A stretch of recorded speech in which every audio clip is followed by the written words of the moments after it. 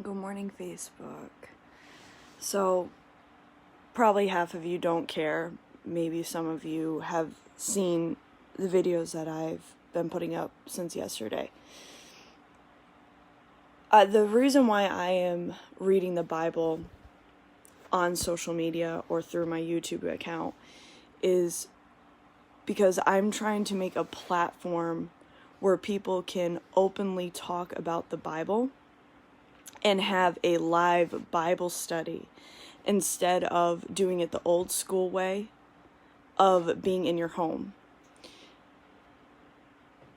The old school way is to be in your home, but because of how our society has evolutionized into social media, that is the reason why I am reading the books of the Bible right now on YouTube, because in the future, what I'm planning on doing is having people at a certain time come on and read along with me and be able to ask questions, to be able to question things that they don't like, or be able to interpret a scripture or have their spiritual gifts come alive when reading the book. So it might be weird for some people because, of course, the Bible and God in certain areas in the United States is not a popular subject. But if you know me, I don't really care what you think. I'm going to bring it to you. And if you want to challenge me on what I'm reading or you have questions, bring it to the table. I would love to hear your comments. I would love to hear what you have to say. If you're going to be disrespectful, of course I'm going to shut you down. But at the end of the day, the scripture says to preach to all nations. We don't have time to wait for people to come into the churches. So why not bring church to you through social platforms that everybody is on constantly? People are constantly on Instagram. People are constantly on YouTube. People are constantly on Facebook, Twitter, Snapchat, you name it. So why wait physically when people don't even know how to interact physically anymore?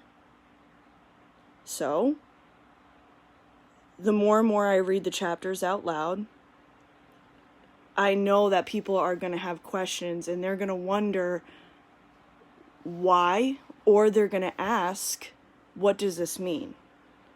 Why does this say this?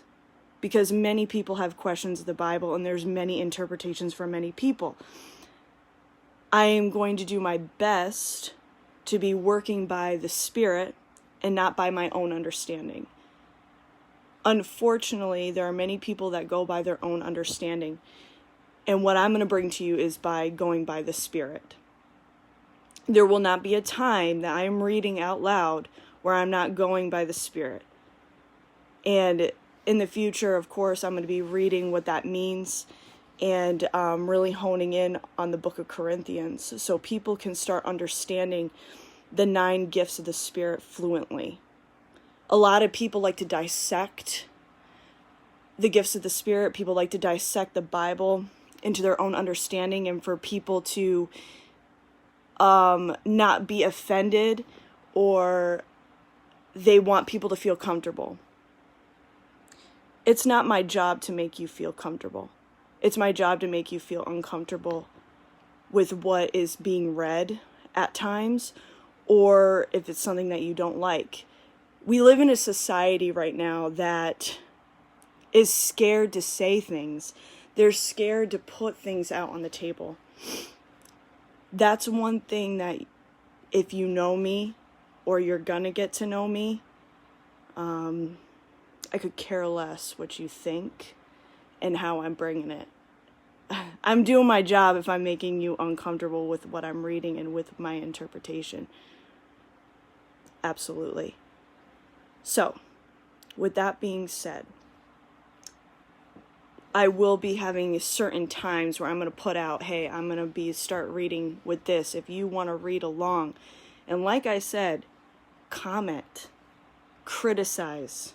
I want you to do that. I want you to challenge, because not only are you going to challenge me, I'm going to do my research on what your interpretation is or why you think this way.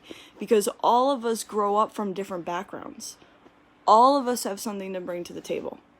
So I want to see that from, of course, my surroundings around me, but also hopefully around the world. So good morning, and you're going to be seeing more of this. If it annoys you, you already know what to do. Have a good day. Well, no, good morning and good day. And I'll be back.